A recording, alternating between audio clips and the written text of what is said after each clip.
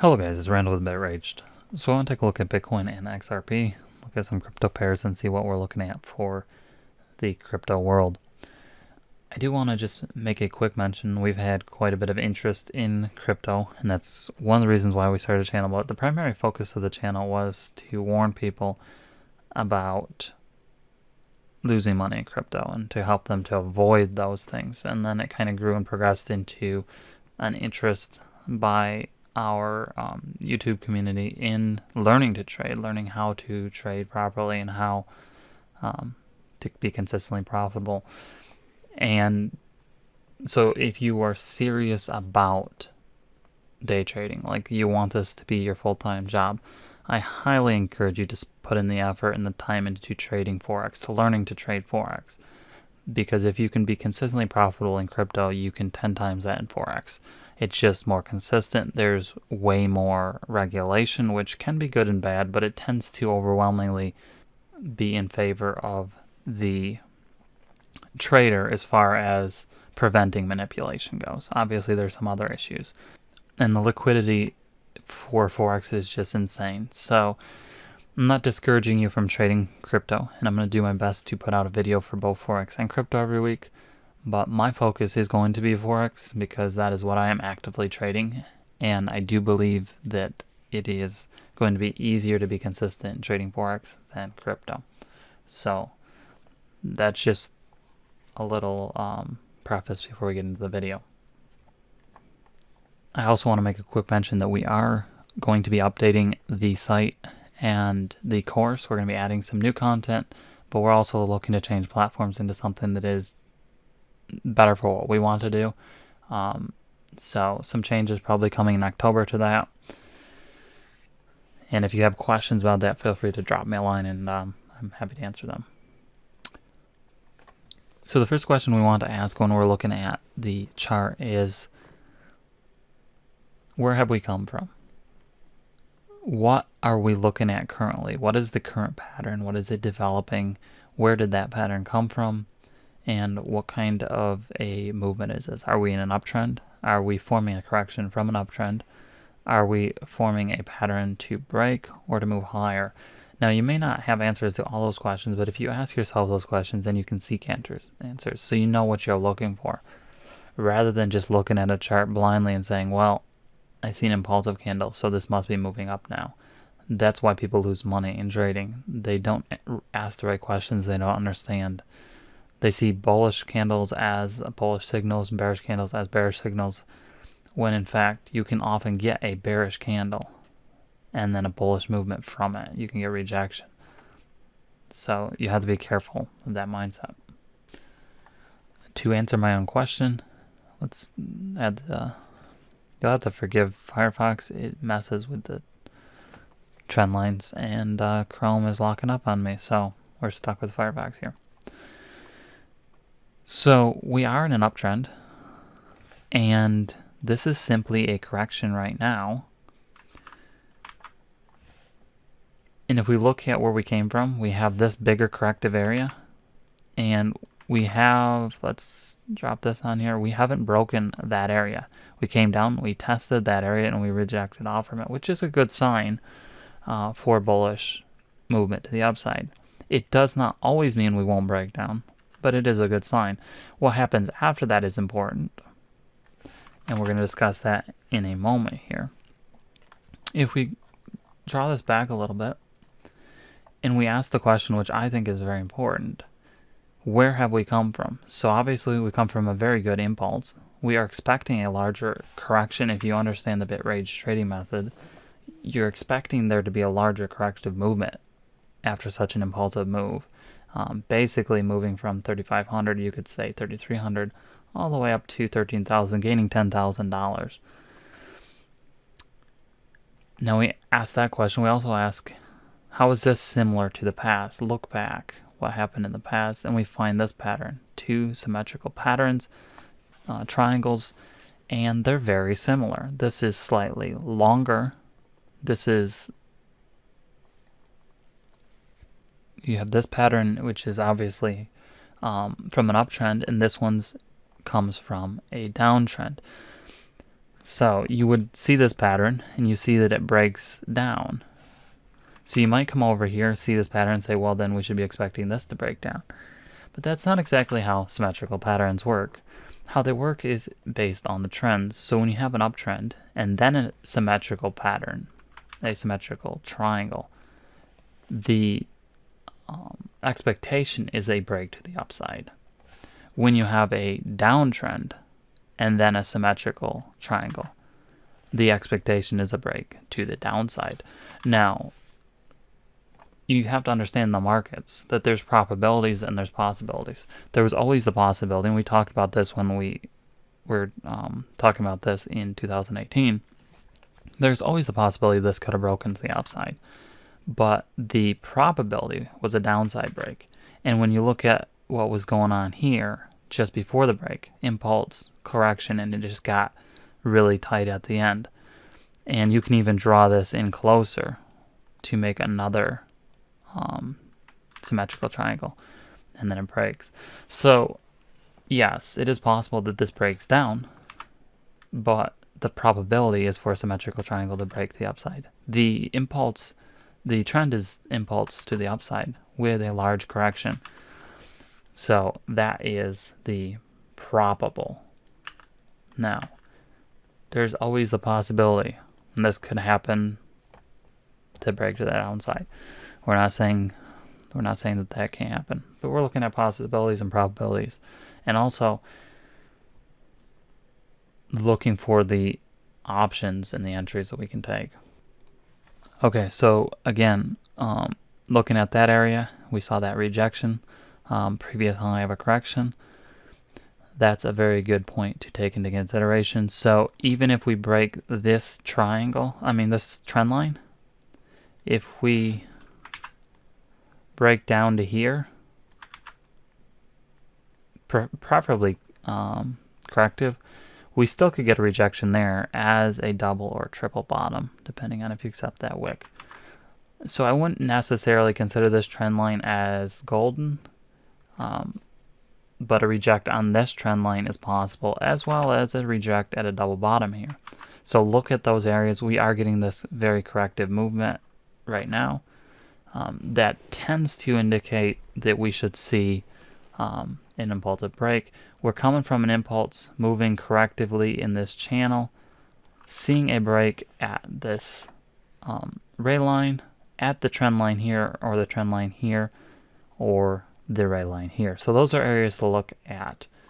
Obviously that gives you a multitude of options, but look to those areas for entries. Obviously this is the daily, so if we break this down to the 4 hour, that's where we would get closer to taking entries. So impulse, corrective movement through here, we are expecting this to complete either this descending within a descending, that could break. As I mentioned before, double bottom here, trend line, look to those areas, breaking it down to the 1 hour. I am ignoring this wick simply because if I am going to respect this wick, then what I'm going to do is something more like that, and it doesn't really make sense to do that right now. That'd be 2 touches. I much prefer this. It has 3 touches, and see this as a false breakout. I don't tend to do that as often with these shorter wicks on Forex, but on crypto, these type of things happen quite often, and I'd rather respect this area, which has been respected 3 times. We had this arcing, almost a double top, but didn't quite make it, and so expecting to see these drop, it happens often. We only saw a small drop, so it wasn't a long-term trade, but you could have got in and got out of that. I don't really tend to do long-term trades on Bitcoin, and if you're going to, you want to do key areas and really good entries. So if you're looking for a more longer-term trade, you would want to look for entries at the ray line here, at this trend line area, the intersection here, rejections in those areas, but you want to see a good confluence and rejection. You don't want to just enter because it hits, because we could break that. So that's what we're looking for on Bitcoin.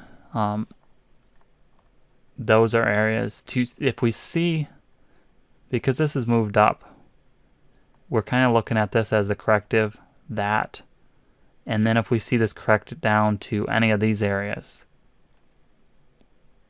I would be looking for any sort of rejection to move to the top. It can break through here, like we said.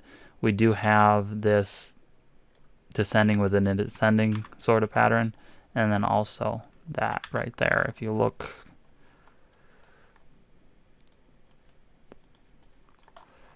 closer, you have a descending within a descending. So those little patterns at key areas can break as well. But this happens quite a bit. So be careful getting tagged into, those descendings, because they can break down. You want to see them tight on a trend line or hitting a key area and then rejecting. That's what the preference would be. So hopefully that gives you a little bit of an idea of what we kind of are expecting on Bitcoin. Just be patient and wait for good entries. If this suddenly breaks to the upside, unless you had an entry to get tagged into, then don't worry about it. It wasn't a trade that was ready for you, so it's not a big deal. The only trade that's a mistrade is the trade that you forecast. The opportunity presented itself. You were able to take that trade. You weren't sleeping. And there was 3 confluent factors to take that trade. So there was a good entry criteria that meets the trading plan. That's a mistrade, where everything presented itself. It was there, but your emotions got in the way. That's a mistrade. If in the middle of the night suddenly this impulses to the upside, that's not a mistrade, because there's nothing you can do about that. Honestly, you need to not focus on those things. People focus so much on what they consider mistrades, and then they miss trades. They literally miss trades because they think the market is against them. So that's Bitcoin. Let's take a look at RXP. Okay, so this is XRP. We're looking at XRP versus the US dollar on Bitstamp. I prefer Bitstamp, but overall the charts are very similar for most cases. So it's interesting because on XRP we are also looking at a similar type of triangle, but it differs a fair amount from Bitcoin. We do get a very impulsive movement down before forming this symmetrical triangle, and because of that, we can't exactly treat it the same way. We do have this symmetrical triangle that breaks to the upside, and then this bigger pattern that forms and kind of breaks into this area. We haven't broken this low or this low of the pattern yet, so I'm still considering this overwhelmingly to be a pattern to the move's upside. So I'm considering this, even though it's impulsive, as part of this. So that to be part of the triangle, unless we get a breakdown and it gives me a reason to believe otherwise. If you look at this area here, this low, we came down, we tested that, we broke it, and then we kind of rode it before we broke here. So we are breaking to the upside out of this descending channel, which is what we harp on a lot. Descending channels will break to the upside. It is inevitable. The thing that I think throws a lot of people off is the fact that XRP specifically, but also Bitcoin does this as well. You get a lot, and I talked about this just a minute ago, you get a lot of these descending patterns. And then, even at the break, at the trend line, you get the descending pattern. It breaks out, and then it forms another descending pattern. If you look at that, these are all descending patterns. And ignore my beautiful drawing, but you can see the point here that descending channels, they break. Really what these are is once this arcing double bottom, which this rejects and then you get that flag. Once this breaks up and it breaks up to the pattern, it forms this beautiful descending flag pattern on the trend line. That is what you would want to take.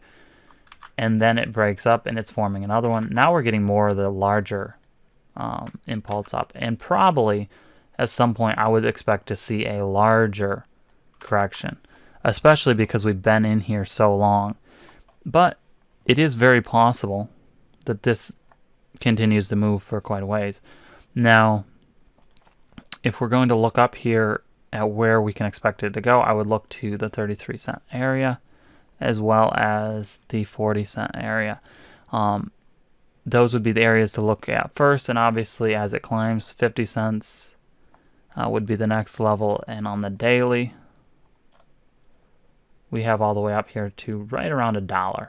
So if we move up that high, those would be the areas to look at, and around 75 cents. So again, even numbers, close to even numbers, are often what the market likes to move towards. So that's what we're looking at for XRP. We have broken out. We have broken the previous lower highs. So we are in an uptrend right now. Now it could be invalidated by breaking back down, and we don't know how long this will last, but we are in an uptrend. So at this time, I'm going to only be looking for opportunities to buy.